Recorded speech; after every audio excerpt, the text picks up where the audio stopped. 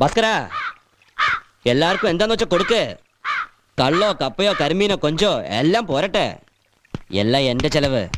പാവങ്ങള് കാലത്തോട്ട് തുഴഞ്ഞ് വയറും കത്തി വന്നിരിക്ക. അല്ല കൃഷ്ണൻകുട്ടി, എന്റെ കാശിന് കഴിച്ചെന്ന് വെച്ച് കുഴപ്പമൊന്നുമില്ലല്ലോ അല്ലേ? എല്ലാരും അടിച്ചു കയറി വാ.